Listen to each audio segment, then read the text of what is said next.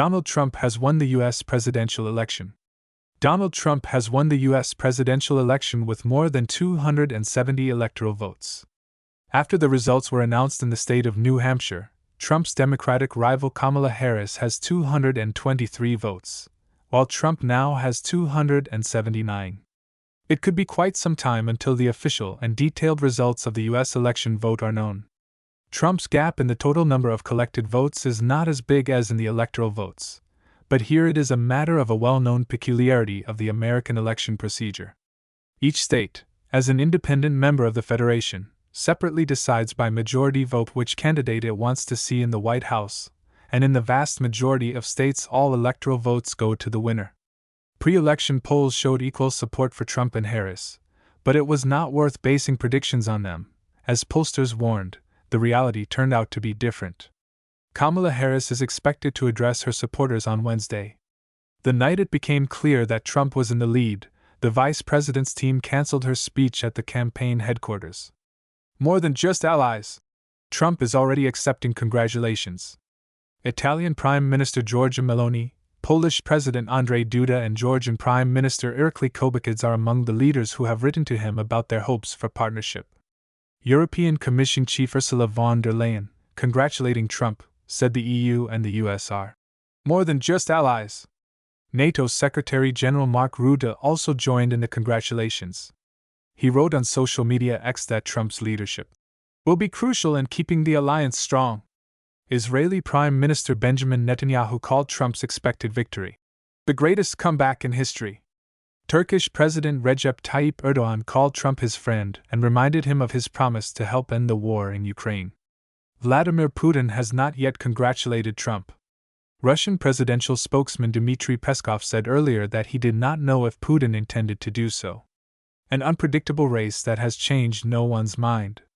Even by the standards of American politics, full of scandals and unexpected plot twists, this year's election campaign broke all records. Not long ago, both incumbent President Joe Biden and former President Donald Trump seemed unlikely candidates for their parties. Speaking against Biden was his status as the oldest U.S. president in history, as well as his low approval ratings due to an outbreak of inflation early in his term and a rise in illegal immigration. Against Trump, 2 impeachments, a pile of criminal cases, and most importantly, his refusal to admit defeat in the last election, which provoked his supporters to storm the Capitol. Despite this, Trump won the Republican primary again, while Biden was nominated as the Democratic Party's nominee with virtually no competition. But the incumbent president did not make it to the final line after his failed debate performance in June. It was no longer possible to write off signs of his rapid aging as misinformation, as Democrats had done before. In the weeks that followed, Biden confused Vladimir Zelensky with Vladimir Putin and Harris with Trump in a single day. In the end, Democrats convinced him to give up his re-election bid. Trump, for his part, also nearly dropped out of the race but miraculously dodged the assassin's bullet. 4 days after the assassination attempt, it seemed to observers that his victory was now a foregone conclusion. But the unprecedented change in the Democratic nominee from Biden to Harris changed the dynamics of the race. While Trump had previously led in the polls, by the end of the summer Harris had pulled ahead. By early fall, however, the enthusiasm for her candidacy had waned, and then the usual forecasting mechanisms proved useless. All the polls said only that the country was in for the most unpredictable election in decades, without any notable favorite. Shifts in one direction or the other remained within the statistical margin of error, and candidates clashed in the race for 7 swing states where a small percentage of undecided voters could decide the outcome. But behind the plot twists of this race, with its assassination attempts and disappearing president, one can discern a typical American election of recent decades. A constant in American life remains extreme polarization with division into 2 camps. In them, distrust, sometimes even hatred of the candidate of the opposite party overshadows all the shortcomings of their candidate. Democrats were willing to vote for Biden, despite questions about his cognitive abilities, as long as Trump was not returned to the White House. Many Republicans continue to support Trump, even without sympathy for him personally, just so long as Comrade Kamala, as he calls his opponent, doesn't win. Both candidates have tried to score points on the opposite side with the help of defectors.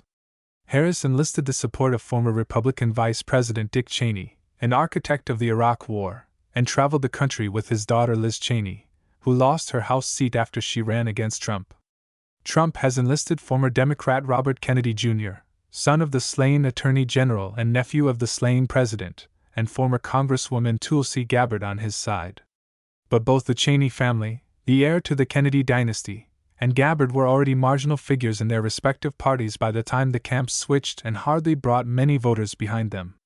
Behind the protagonist syndrome that plagues American politics, the price and wage levels during the reign of one president or another are referred to as Trump's economy or Biden's economy. One finds a set of old problems that have not changed for decades: migration, inflation, the abortion controversy, the so-called culture wars, arguments about feminism, the history of slavery and racism, LGBT rights, and so on. And, as before, when given a choice between Trump and Harris, who favors abortion rights, women chose mostly the latter, while men were more likely to prefer Trump. All these domestic issues were intertwined with external ones. The war in Ukraine and the war in Gaza were at the center of the election race. Harris pledged to continue Biden's course of supporting Kyiv with a number of serious reservations, as well as support for Israel, which critics see as unconditional. That position was her vulnerability in Michigan, an important swing state with a large Arab and Muslim diaspora. She made up for it by appealing to Eastern Europeans. Her words that Putin is a threat to Poland attracted the attention of the huge, about 700,000 people, Polish diaspora in Pennsylvania, the most important swing state. But it didn't seem to help.